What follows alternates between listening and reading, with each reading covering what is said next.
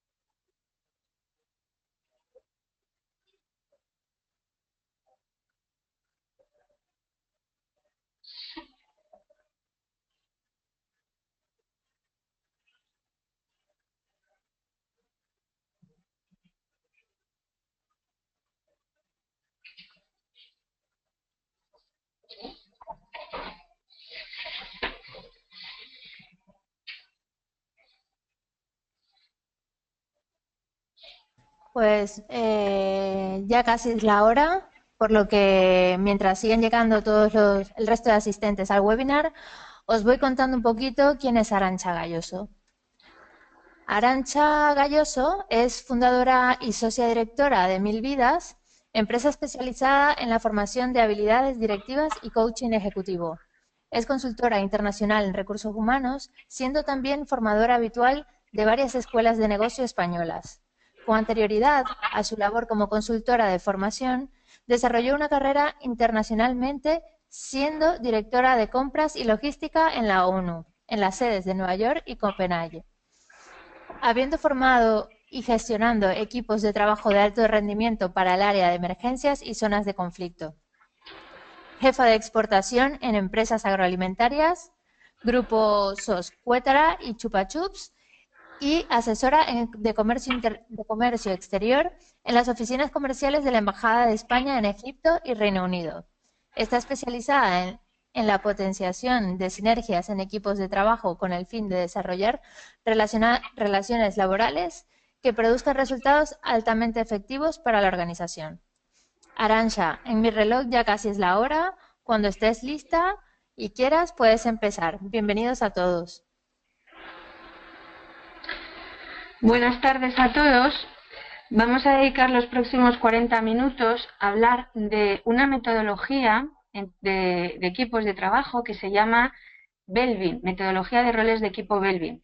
Si os parece bien a todos, dejamos los últimos 10 o 15 minutos para preguntas que os puedan surgir. Esto no pretende ser un estudio exhaustivo de toda esta metodología, que es muy interesante y se aplica en muchas organizaciones, pero sí que os dé una aproximación bastante cercana de qué beneficios podéis obtener de ella y de dónde se puede aplicar. Entonces, para ponernos en contexto, solamente deciros, si vais siguiendo conmigo las diapositivas que vais viendo, cuál es la filosofía de Belbin. Belbin es el apellido de la persona que hace esta investigación y publica un libro. Ahora os hablaré del doctor Meredith Belbin, y su filosofía consiste en esta frase que os estoy poniendo aquí. Dice: la filosofía Belbin consiste en reconocer y obtener el mayor rendimiento posible de las diferencias individuales. ¿Esto qué significa? Que, como vamos a ver después, una de las conclusiones a las que se llegan es que los equipos que son más eficaces, más eficientes, no son aquellos donde todos son iguales, sino precisamente donde todos son diferentes, pero estas diferencias se gestionan de una manera adecuada. Y además tiene que haber un equilibrio entre las diferencias que existen. Luego voy a ser muy concreta hablando de estas 9 diferencias. Pero en principio de lo que estamos hablando es de dar la bienvenida y de abrazar toda la diversidad que exista, porque bien gestionada produce equipos mucho más eficaces. Así que por eso lo que dice Belbin es que hay sitio para todos en el equipo y que todas las contribuciones en positivo y bien gestionadas son bienvenidas. ¿Cómo surge esto? Os voy a hablar un poquito de Belbin y de la investigación que él realiza en un lugar que es el Henley Management College. Y simplemente por poneros en contexto, primero histórico, estamos hablando de que aproximadamente Belbin tenía unos 13 años cuando estalla la Segunda Guerra Mundial. Tiene, pues bueno, una familia donde sus padres apoyaban a la Sociedad de Naciones y llevaban a Meredith a estas reuniones. Y él, la familia, pues emplea a unos refugiados judíos procedentes de Austria con los que él aprende alemán. Con lo cual, vais a ver que en todo su aprendizaje y en su historia siempre ha ido recogiendo todas las diferencias sociales, culturales, geográficas, políticas, de todo tipo, y que lo que hacen después es llevarle a la conclusión que él nos presenta en el libro, ¿no? Él lo que hace, empieza a estudiar en Cambridge.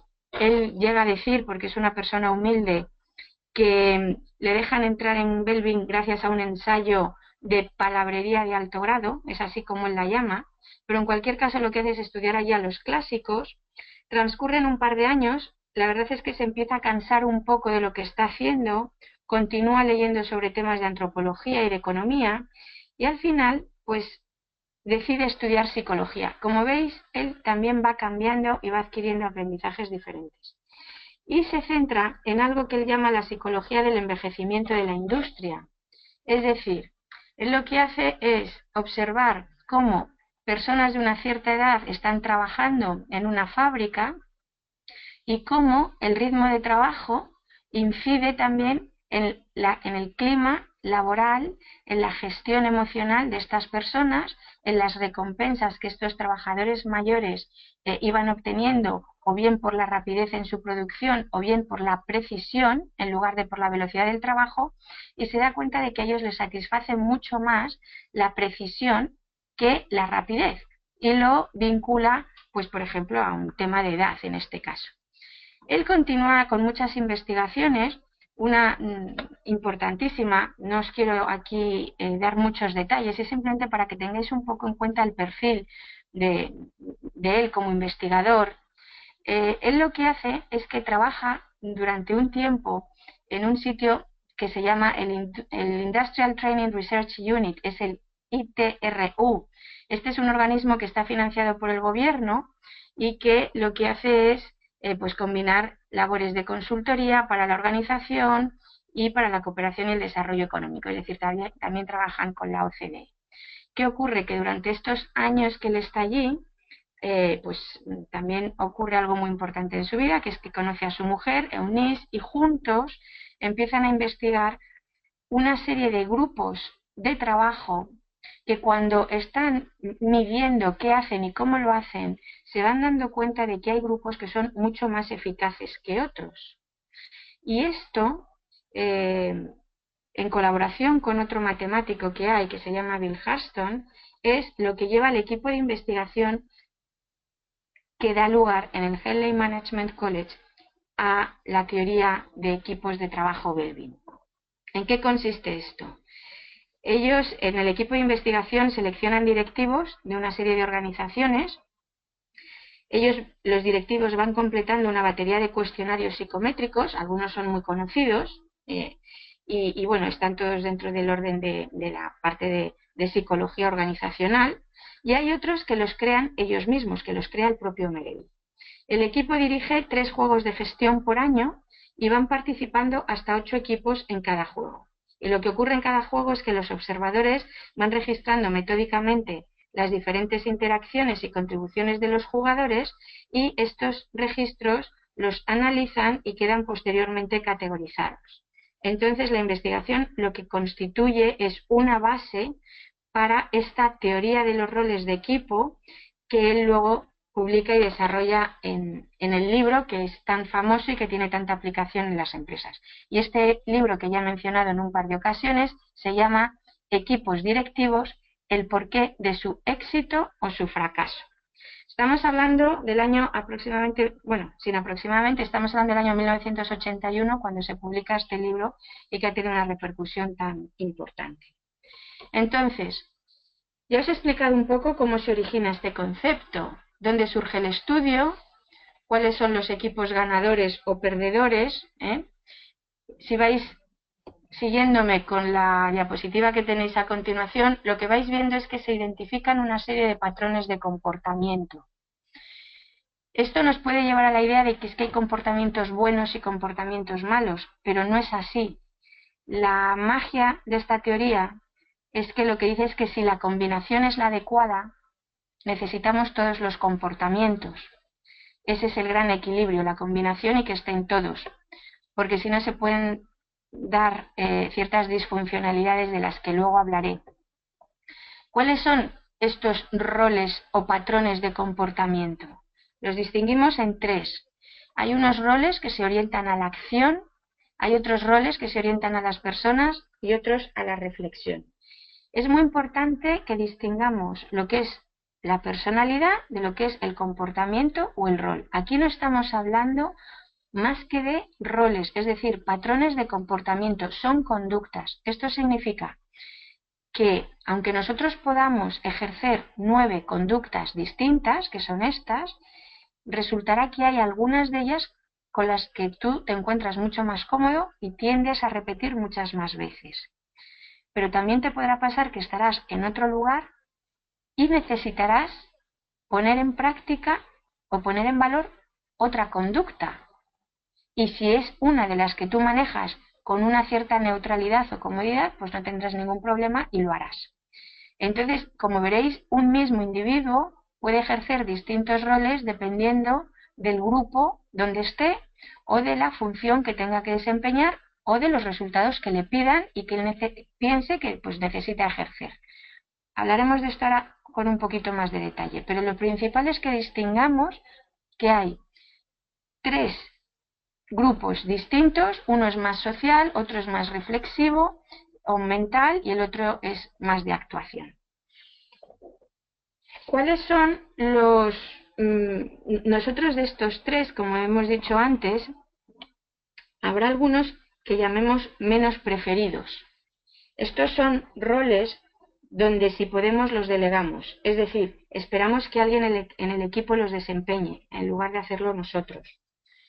También son roles donde si los ejercemos nos cuesta mucho esfuerzo, mucho tiempo y los resultados no son tan buenos, pero por lo general si podemos nos escaqueamos. Luego existen los roles gestionables, es decir, son aquellos que Si el equipo lo necesita y nosotros entendemos que el equipo lo necesita y lo podemos ejercer, con un cierto sacrificio por nuestra parte, podemos llevarlos a cabo. Pero no es algo que no podamos hacer. Simplemente si pudiéramos preferir o elegir, no lo haríamos, pero es gestionable por nuestra parte. Debemos de estar preparados para utilizar nuestros roles gestionables cuando el equipo lo necesita y esto ayudará a desarrollar y a conseguir mejor los resultados para todo el equipo, para todo el grupo. Y luego está la clara preferencia, es decir, los roles preferidos. Estos son roles donde tú proyectas, digamos, tu mejor versión, donde a ti te salen con mucha facilidad, al equipo le vienen estupendamente, tú fluyes cuando los ejerces porque te salen solos. Esto pues es comodísimo y desarrolla y perfecciona perfectamente los resultados que tengas que conseguir. ¿Cuáles son estos roles? Ahora hablaremos poco de cada uno de ellos, pero como veis la conclusión de la investigación lo que está diciendo es que el éxito del equipo depende de una composición equilibrada. No se trata de que tengamos muchos coordinadores, ahora os diré en qué consiste cada uno y fortalezas y debilidades de cada rol, o que tengamos o no tengamos ninguno, porque el equilibrio es la clave. En esta diversidad que veis aquí es donde nosotros cuando estamos o bien seleccionando personas para formar un grupo de trabajo y realizar una tarea, o cuando estamos gestionando conflictos, o cuando estamos trabajando temas de comunicación o de liderazgo en un grupo, podemos darnos cuenta de cuál es la proporción que existe de unos roles u otros. Como estáis pensando, si existe mucho de algo, pues tendrá mucha ventaja de eso, pero también tendrá mucha desventaja de eso mismo. Ahora os diré, tranquilamente, con ejemplos muy concretos, pero lo ideal, según Belvin, es que haya ese reparto un poco más equitativo. Entonces, esta investigación y experiencia muestra que el tamaño y la selección de los miembros son fundamentales. ¿A qué dos conclusiones nos lleva esto? La primera, que si hay muchas personas en un equipo, los roles y los comportamientos comienzan a solaparse, porque los equipos que son muy grandes al final tienden a un cierto conformismo y se centran en un único líder. Entonces, ¿qué ocurrirá? Que las fortalezas del líder y las debilidades del líder serán las que contaminen todo el equipo. Entonces esa diversidad pues no se aprovecha. ¿Qué ocurre en equipos más pequeños? Pues normalmente, si son muy pequeños, lo que ocurre es que tenemos que ejercer, pues si somos solamente 3 miembros, pues casi 3 roles cada uno, y algunos no serán de nuestra preferencia. Pero en equipos, por ejemplo, de 5 o 6 personas, pues son equipos absolutamente eficaces, no tienen por qué tener 9 personas, una persona puede ejercer un par de roles, o 3 si hacen falta, y son equipos donde normalmente hay mucha más escucha, más receptividad hacia el diálogo y al intercambio de opiniones. Entonces se valoran todas las voces. Os resalto aquí un par de cosas que me parecen interesantes y es que de lo que estamos hablando es de buscar un equilibrio correcto de habilidades y de comportamientos. Entonces, vamos a hablar un poquito de estos roles para que veáis qué características tiene cada uno. Y lo interesante sería que tú pudieras identificar qué es lo que está pasando en tu equipo para entender ciertas tendencias. Fijaros que Meredith habla de una tendencia a comportarnos, a contribuir y a relacionarnos con otros de una manera determinada. Una tendencia no significa que sea imposible de cambiar, significa que si tú estás con el modo automático, a lo que tiendes es a comportarte de esa manera. Tienes que tener un estado, digamos, más elevado de conciencia o estar más en alerta para tú mismo controlar y decir, aunque mi tendencia sea esta, voy a cambiarla y voy a hacer esto otro porque esto es lo más conveniente en este momento para el equipo o para mí. Pero eso ya supone un grado de autocontrol y de madurez personal pues bastante elevado. En general, como no estamos todo el día con un estado de conciencia tan elevado, lo que hacemos es hacer las cosas que nos resultan más fácil y eso significa pues tener una tendencia de un comportamiento. ¿Para qué se utilizan estos roles de equipo? Mira, tienen muchísimas aplicaciones, pero las principales están en los campos, luego lo detallaremos, de gestión de conflictos, de liderazgo, de selección de personal, de entrevistas de candidatos de adecuación del puesto y la persona que se está presentando al puesto. Son informaciones que puedes utilizar para construir relaciones laborales mucho más productivas. Yo os estoy poniendo aquí 4 o 5 ejemplos donde lo que estamos hablando todo el tiempo es de mejorar la relación y la comunicación, que es lo que nos permite desarrollar equipos con confianza, con comprensión y con un grado de colaboración muy cercana y mucho compromiso.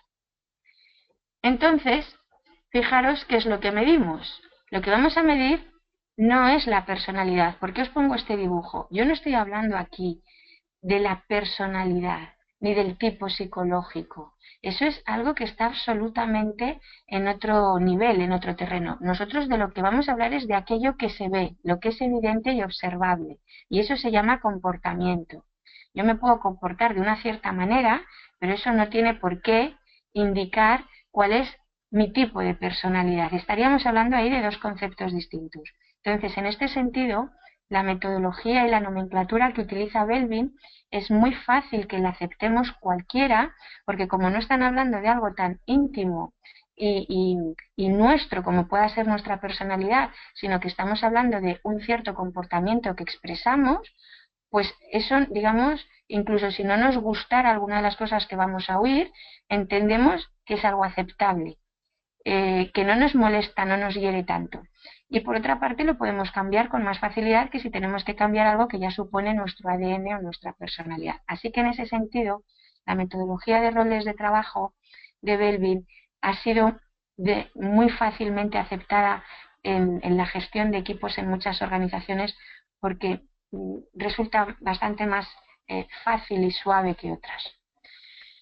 Aplicaciones, os he contado algunas, pero aquí añado algunas más. Fijaros, si queréis, por ejemplo, trabajar en tema de desarrollo de carreras, dependiendo del puesto de la carrera que tú quieras ejercer, habrá comportamientos que resulten más beneficiosos que otros. Si son los que tú ejerces con esa preferencia, pues estás en el mejor camino.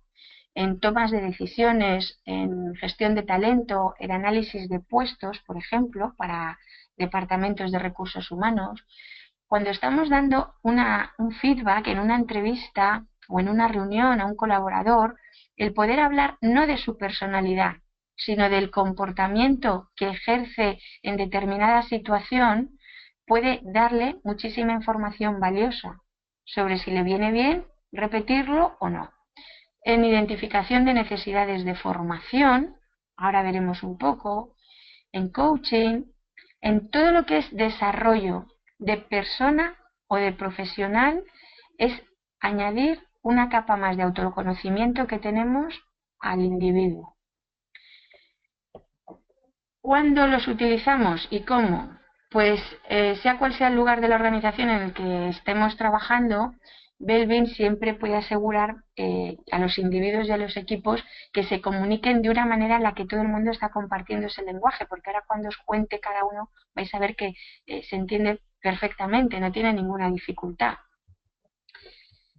Vamos a hablar de los roles. Mirad, yo os he hablado de 3 grupos y cada grupo tiene 3 roles.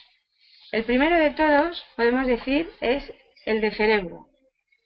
El rol de cerebro es un rol de reflexión. Nosotros lo que hacemos es, cuando tendemos a este comportamiento, somos muy creativos, generamos ideas, aportamos posibles soluciones a los problemas.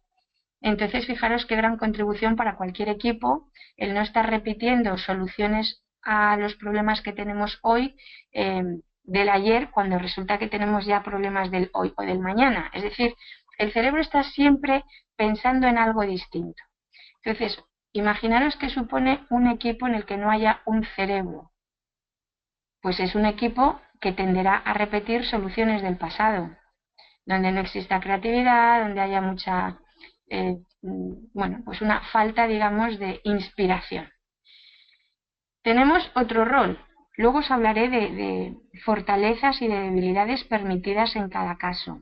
Pero estoy hablando ahora de una característica muy general como comportamiento, por ponerle un titular a cada uno para que los distingamos con facilidad.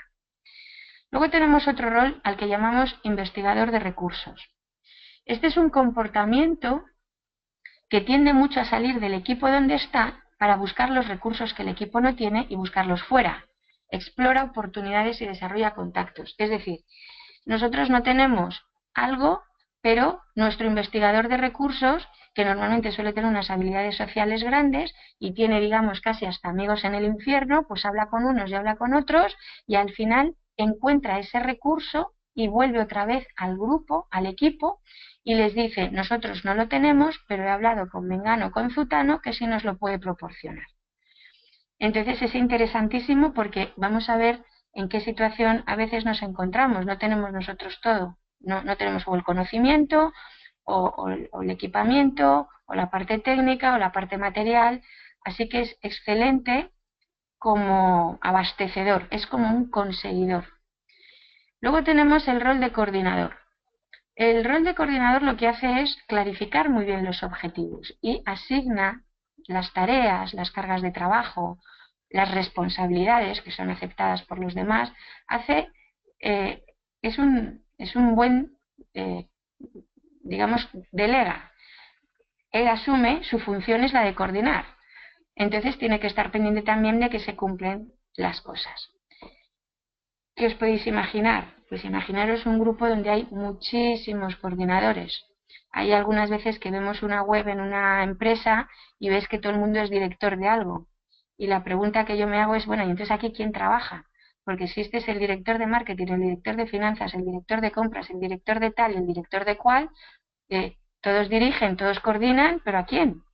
Entonces, en un equipo donde no haya coordinadores, lo que puede pasar es que pues se estén triplicando esfuerzos sin darnos cuenta o que estemos repitiendo tareas o que no haya un objetivo y nos estemos dispersando. Pero en un equipo con muchos coordinadores lo que puede pasar es que hay como muchos vaqueros y pocos indios. Bueno, en un equipo donde haya impulsores, el rol del impulsor es el que tiene la energía y el coraje para superar obstáculos. Es decir, son estas personas que de alguna manera están pendientes de las fechas y de los plazos y te dicen, esto hay que mandarlo antes de 24 horas o esto hay que mandarlo, no se nos puede pasar este tiempo. Y aunque no esté perfecto, pero hagámoslo, mandémoslo, porque si no, si se nos pasan los plazos es todavía peor. Es el que le imprime un poquito de movimiento, ritmo y energía a las tareas y al equipo. Un monitor evaluador lo que hace es detectar todas las opciones. Él intenta, es como un poquito el abogado del diablo. ¿En qué sentido? Pros y contras, beneficios o inconvenientes, ventajas y desventajas. Está intentando con toda la objetividad de la que es capaz, y es capaz de mucha, equilibrar toda la información, porque eso luego nos puede ayudar a tomar las mejores decisiones. Pero lo detecta todo, no solamente lo que a mí me conviene, sino también por dónde puedo fallar. Un cohesionador, el rol que tiene es el de, digamos, el de que haya buen ambiente, que nos llevemos todos bien, la armonía es lo que prima para él. Es el que impide los enfrentamientos o los conflictos, es el que es un poco amigo de todos. Si estuviéramos hablando, como antes, de qué ocurre en equipos donde hay ningún cohesionador o muchos cohesionadores, os podéis imaginar que cuando hay muchos cohesionadores es muy complicado tomar decisiones difíciles porque un cohesionador lo que prioriza por encima de todo es que todo el mundo se lleve bien. Y si no hay ningún cohesionador, pues a lo mejor es que vuelan las navajas y las tensiones no se hablan, no se comentan, no hay espacios para otra vez la conciliación o la comprensión. Ese es el papel del cohesionador, cohesionar. Luego tenemos el rol del implementador, que transforma las ideas en acciones prácticas y organiza el trabajo que debe hacerse. Y también tenemos al finalizador, que son personas, es un perfeccionista, es el que termina las cosas. Hay otros que son más iniciadores y el finalizador es el que le da el toque final. Y tenemos el rol del especialista, que suele ser el experto, a veces habla con tecnicismos, a veces, pero tiene un conocimiento muy profundo sobre el tema del que estamos hablando o trabajando y es el que aporta ese grado. Así que, más o menos, entre estos 9 roles Lo que dice Belvin es que hay 3 que manejas con mucha comodidad y que los sacas unas veces en primer lugar, otras veces en segundo y otras veces en tercero, pero que son con los que te manejas tú mejor. Y hay otros 3 con los que te arreglas, son gestionables por ti, es decir, si los tienes que sacar o desempeñar, los sacas. Y hay 3 que casi nunca aparecen en tu existencia, digamos, que te escaqueas, que no los haces bien, que no te salen, que si puede hacer los otros, pues tú estás encantado. ¿Cuáles son debilidades permitidas y fortalezas de cada uno? Hay debilidades permitidas y no permitidas. Nosotros entendemos desde la metodología Belvin que un cerebro, que es el que está inspirado, el que tiene ideas, el creativo, algunas veces lo que le va a pasar con tantas ideas es que digamos, a veces aterriza poco, se le puede escapar la realidad. Pero todo el equipo entiende que el cerebro es donde puede caer y que es digamos, un pequeño error que le permitimos, que a veces se quede absorto en sus ideas y que le cueste pasar a la acción. Entonces, por eso tiene que ser un rol de los de acción el que le haga al cerebro avanzar. Eso es una debilidad permitida. Luego veremos qué debilidad no le permitimos al cerebro, ni le permitimos a ninguno de los demás. Pero eso viene en la siguiente diapositiva. Aquí solamente es hacer un repaso por ver que hay cosas que sabemos que van a pasar, que son la otra cara de la misma moneda, que la fortaleza ya la hemos visto, pero que tiene también una sombra y que es esta. La del investigador de recursos, lo que le puede pasar es que, como puede perder el interés. Es un magnífico iniciador, tiene mucho entusiasmo, tiene muchas habilidades sociales, se hace amigo de todo el mundo, pero precisamente pues también lo que le puede pasar a veces es que esa energía que tiene pues se venga abajo y pierda el interés. El coordinador algunas veces puede ser percibido como alguien que manipula, como alguien que se dedica a delegar y no a hacer. Entonces, entendemos que con las debilidades permitidas, simplemente como estos roles también lo conocen, simplemente con mencionar o hacer una pregunta, pues se pueden corregir.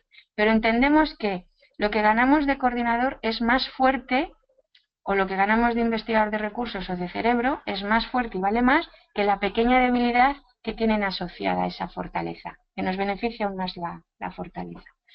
El impulsor algunas veces, como es así de poner fechas, meterle prisa a la gente, impulsar, dinamizar, algunas veces le puede pasar que sin querer pues provoque a los demás, que pueda ofender los sentimientos de la gente porque les está metiendo mucha prisa o les está apurando más de la cuenta, está creando alguna tensión, no con el ánimo de tensionar, sino con el ánimo de seguir avanzando a una cierta velocidad. Al monitor evaluador algunas veces lo que le pasa es que se pasa de crítico. Entonces llega un momento en que dices, tu visión acerca de todo lo que has estado observando, pros y contras, es interesantísima, pero tiene que haber un momento en que ese análisis se pare, porque si no podemos caer en la parálisis por el análisis. Y que se pase de crítico, pero no de crítico negativo, sino de crítico en general. Un cohesionador, lo que le puede ocurrir, ya os lo he dicho antes, es que evite de tal manera cualquier confrontación que pueda ocurrir que al final pues no se tomen decisiones. Si resulta que es un miembro más del equipo, no tiene a lo mejor una repercusión tan grande, pero imaginaros que es el líder o el jefe. Entonces, un líder o un jefe cuyo uno de sus 3 roles principales sea el de cohesionador, por un lado es una maravilla porque probablemente ese equipo no va a tener conflictos porque el jefe va a estar preocupando mucho del clima emocional, de la gestión de todo el mundo, pero si ocurre alguna situación grave o un enfrentamiento en el que él tenga que tomar partido o una decisión grave que afecte a parte del equipo, le va a pasar francamente mal y puede incluso que dilate la decisión hasta incluso hacer que la tome otro o no tomarla. Y esto sería la cara oscura de esa fortaleza.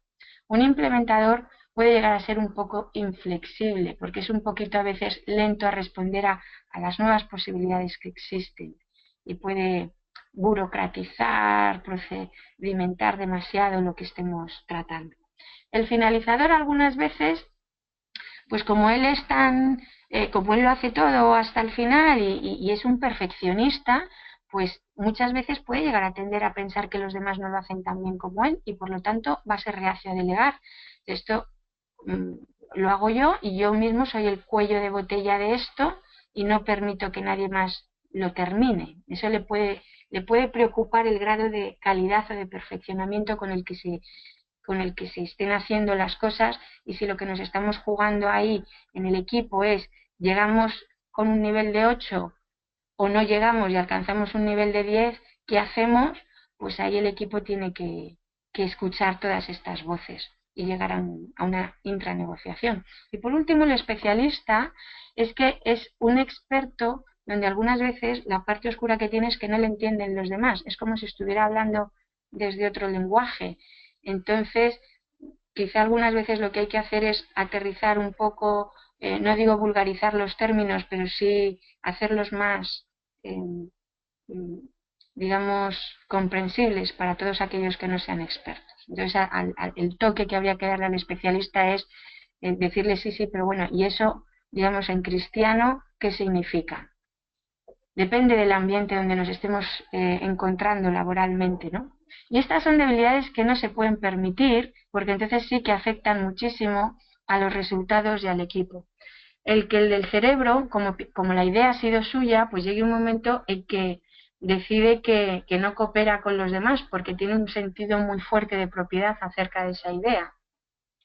Y decide que o se hace de su manera o a su manera o no se hace, porque su idea es la mejor y no quiere escuchar otras que no le parecen tan buenas. El investigador de recursos algunas veces lo que pasa es que se descuida, como pierde el entusiasmo, pues puede descuidar al cliente, los acuerdos, inicia las relaciones, pero luego no les da seguimiento y entonces, pues, digamos, es la gestión desde el abandono. El coordinador lo que hace es asumir todo el crédito y lo que han conseguido los demás es el que se pone las medallas del trabajo de todo el mundo y se olvida que no ha estado él solo. Podría caer en eso y eso sí que no se le permite ni lo permitirían los otros roles. El impulsor tiene una cierta incapacidad para recuperar otra vez el buen humor cuando una situación se ha exasperado, tensado un poco y él ha seguido metiendo prisa y le cuesta disculparse y volver a reconducir las relaciones y la comunicación. El monitor evaluador desde su crítica puede convertirse en un gran cínico y entonces imaginaros todo esto, todas estas consecuencias negativas que tienen estos comportamientos, donde lo que surgen son conflictos y empeoran las discusiones y la productividad y los resultados. En el caso del cohesionador es que en cuanto se le mete un poco de presión y ya pues decide que él, digamos, abdica y que no quiere llevarse mal con nadie ni que los demás, y entonces puede llegar hasta evadirse un poco mentalmente o incluso físicamente. El implementador lo que hace es obstruir el cambio. El finalizador se vuelve muy obsesivo con cómo hay que hacer las cosas y no permite, se vuelve muy rígido. Y el especialista ignora factores que no tengan que ver con su área, porque la única que le importa es su área de expertise. Entonces, todo lo demás, pues digamos, el negocio o el dinero o la relación con el cliente, digamos, dependiendo en qué estuviéramos trabajando, pues a lo mejor a él no le interesa si su área es muy técnica y estamos hablando de otras cosas, sin entender que todo ello forma parte de los resultados generales del equipo. Entonces, esto es la clave, es equilibrarnos.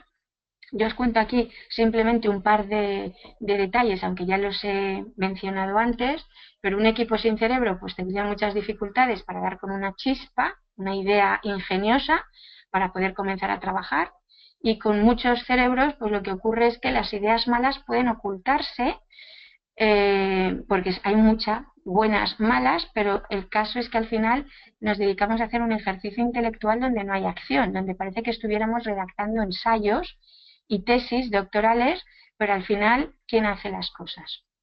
¿Quién ejecuta? En un equipo de impulsores, ¿qué pasaría si no tuviéramos ningún impulsor? Pues os imagináis que deambularíamos sin energía ni dirección, no cumpliríamos fechas y sin embargo con muchos impulsores pues lo que crearíamos son muchas luchas internas y el equipo muy desgastado porque no hace más que correr y moverse. Entonces, ¿qué es lo bueno de la metodología Belbin? Que lo mide todo. Es decir, esto no es una cuestión tan subjetiva como puede haber otras herramientas. En Belvin lo que hacemos primero es que la persona que quiere saber qué roles maneja hace un inventario de autopercepción, esto que veis que se llama IAP. Entonces, esto lo completa la persona interesada.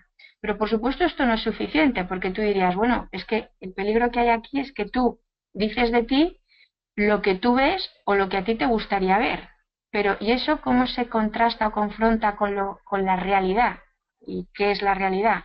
Entonces lo que hace Belvin es pasar también un cuestionario con otras preguntas a 4 personas como mínimo que estén trabajando cerca de ti desde hace 6 meses, que te conozcan y que tengan mucha frecuencia contigo. No sirve un cliente que te ha visto una vez y luego 3 meses después no te ha vuelto a hablar, ¿no? Entonces, con 4 compañeros de trabajo, pueden ser pares o pueden ser colaboradores o superiores, pero con 4 personas, más como mínimo. Y entonces lo que se hace a través de unos algoritmos es tener una foto mucho más amplia de lo que tú ves en ti y de lo que los demás ven en ti. Y esto lo interesante es que si le preguntaras a otras 4 o 5 personas de otro ámbito, o si tuvieras 2 tipos de trabajo o estuvieras en 2 centros distintos, es posible que existieran algunas diferencias entre cuál es tu primer y tu segundo y tu tercer rol, pero lo que no suelen cambiar casi nunca son tus 3 roles preferentes. Entonces, os voy a enseñar algunos informes que se obtienen de esto para que veáis, pero fundamentalmente en el ámbito de selección, de recursos humanos y de adecuación a puestos o a tareas y de creación de equipos de alto rendimiento, pues es muy útil. Vais a ver, por ejemplo, aportaciones. Primero, personal. ¿Cómo me comporto yo? ¿A qué tiendo? ¿Cuál es mi autoconocimiento? Luego, el conocimiento de los demás. Es qué sé yo ahora de los demás acerca de cómo me comporto, cómo lo ven y cómo me juzgan, ¿no? Luego, esto sirve para que lo pongamos en contacto y que nosotros hablemos con los demás de por qué han dicho o hecho y nosotros lo mismo. Y los informes, pues ahora os enseñaré algunos gráficos y barras, pues son súper completos. Por ejemplo, el cuestionario del inventario de autopercepción normalmente se completa en unos 15 minutos, es un informe de 6 páginas, está basado en estas preferencias en términos de roles de equipo y da una visión global del comportamiento. Incluye tu perfil de autopercepción, un informe de sugerencias, un perfil de personalidad y un estilo de trabajo personal. Ahora os voy a enseñar algún ejemplo. Hay otro informe que es el de evaluación del observador. Aquí, y este siempre es necesario, los participantes solicitáis a 4 o más de vuestros compañeros que completen este cuestionario. Y este informe tiene unas 10 páginas en el que no solamente se habla de los roles de equipo, sino que es que incluye, digamos, pues gráficos sobre valoraciones de los observadores, respuestas de los observadores. Es una información muy completa acerca de las valoraciones que han hecho los demás. Esto es simplemente para que tengáis aquí una idea de cómo aparecen y veis que tenemos en el gráfico de las barras de colores, os acordáis que cada uno de los roles que yo estaba mencionando tenía un anagrama y un color. Entonces ahí nos dice, por ejemplo, que esta persona, estoy fijándome en este que pone SAM 1, en el de la izquierda, pues esta persona, ¿cuáles son los roles que trabajan menos? Aquellos que casi nunca quiere ejercer. Pues os acordáis que el cerebro era el primero de ellos. Pues no es una persona probablemente que saque las ideas más ingeniosas porque le cueste más, pero probablemente las pueda aceptar si vienen de otros. En cambio, ¿en qué funciona muy bien? Bueno, aquí tenemos, esto es completísimo, yo no me voy a detener, os pongo aquí simplemente algunos.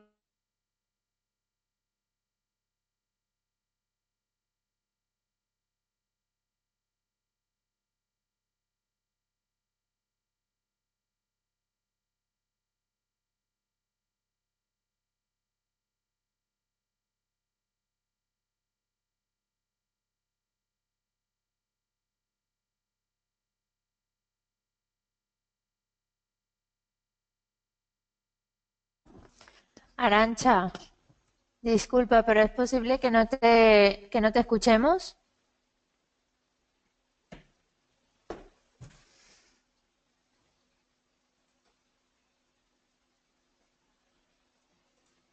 Disculpad, parece que tenemos un problema con la conexión de Arantxa. Vamos a esperar unos minutos a ver si logra si podemos volver a escucharla.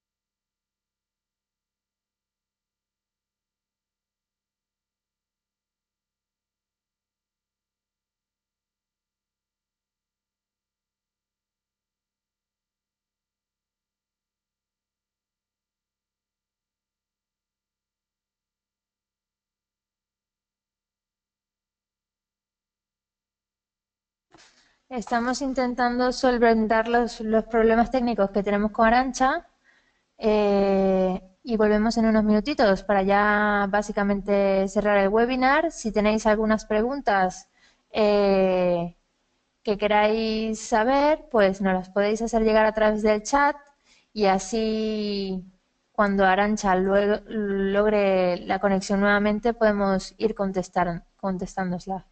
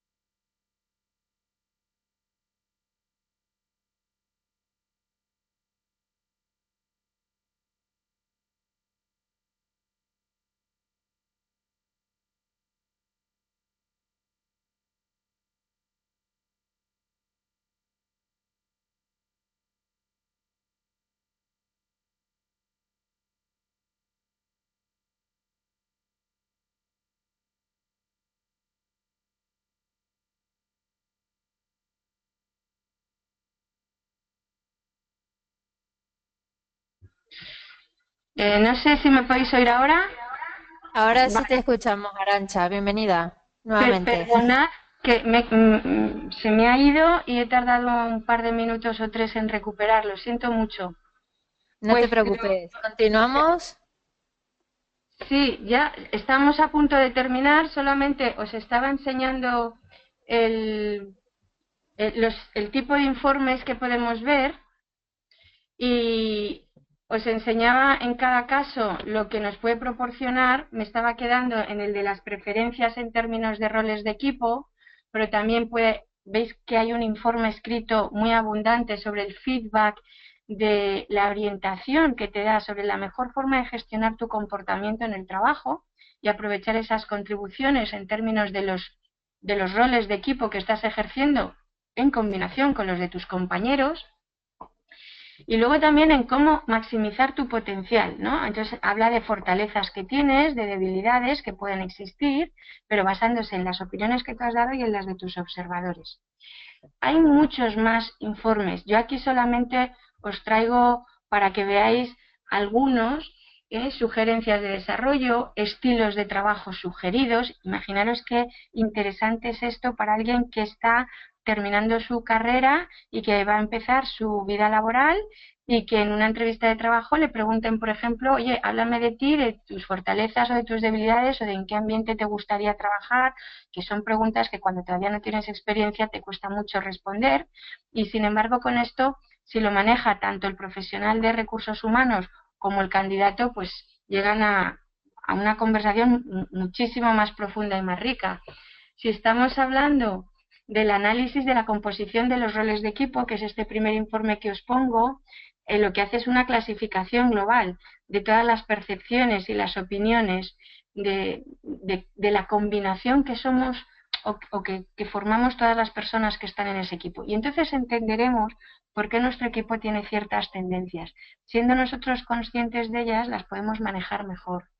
Esto es, fijaros, un contraste, este segundo que os pongo, las barras que veis, entre cuál es tu autopercepción y cuál es la de los observadores. Y algunas veces uno llega a la sorpresa de decir, anda, si yo creí que era mucho más coordinador de lo que ellos me ven, o yo creía que no era tan cerebro como ellos me ven. Entonces es interesante que también te des cuenta de lo que tú crees que haces y de lo que los demás perciben que haces. Y bueno, fortalezas y debilidades observadas en términos de roles de equipo, cómo está el equipo y cómo estás tú. Y por último, pues las listas de las respuestas que hacen los observadores. Aquí lo que se les pide es que marquen una serie de palabras o adjetivos, que son bastantes, entre los cuales pues te definirían. Las palabras que denotarían tus debilidades, por ejemplo, aparecen en cursiva y luego también las fortalezas. Hay muchos tipos de informes, solamente deciros que son interesantísimos para entender mejor en muy poco tiempo cuáles van a ser los comportamientos y las tendencias de un equipo y que para que un equipo sea completamente eficaz deberá de incorporar a la persona adecuada en el momento adecuado y que este informe pues nos facilita ese rol, esa información de rol. Algunas veces a una persona le tienes que pedir que ejerza más de un rol, sobre todo cuando somos equipos pequeños. Y otras veces cuando somos un equipo grande lo que habrá que pensar, veis en esta rueda que os pongo, es cómo está distribuido el peso. No podemos tener a mucha gente en la parte social y no tenerla en la parte, digamos, más de acción, porque entonces se convierte en vez de un equipo de trabajo en una fiesta. Ahora, si tenemos mucha gente en acción y no en social, pues lo que nos puede pasar es que nos falte clima laboral, buen rollo, buena gestión, buscar recursos fuera. Así que, como veis, lo importante es que existan los 9 roles y que estén equilibrados. Y no hay uno mejor que otro, son todos necesarios en función de cuál es el objetivo primordial que perseguimos y los resultados que queremos conseguir. Y con esto, para no agotar más los tiempos, creo que tenéis una visión bastante aproximada de lo que es la metodología de roles Belbin, en qué consiste, y cualquier pregunta que me queráis hacer, pues estoy a vuestra disposición. Muy bien, Arantxa, muchísimas gracias por tu presentación, la verdad, bastante interesante. Tenemos una pregunta y es, ¿qué ocurre en un equipo cuando hay demasiadas personas que son impulsores? Pues que no reflexionamos. Lo que nos puede pasar es que estamos todos tan pendientes de hacer y de empujar y de correr que a veces damos una carrera sin darnos cuenta porque hemos corrido hacia ese sitio y que buscábamos. Entonces la reflexión, algunas veces, en el mundo tan ajetreado que vivimos, con tanta multitarea y con tanto estímulo y sobreestímulo, queda relegada y lo que nos haría falta es un poquito de planificación en un equipo donde hay tanto impulso. Vale, pues si alguien tiene alguna otra pregunta, mira, tengo otra. ¿Cómo puedo acceder a la metodología Belbin? ¿Bien formándome o para utilizarla? Vale, tienes 2 formas de hacerlo.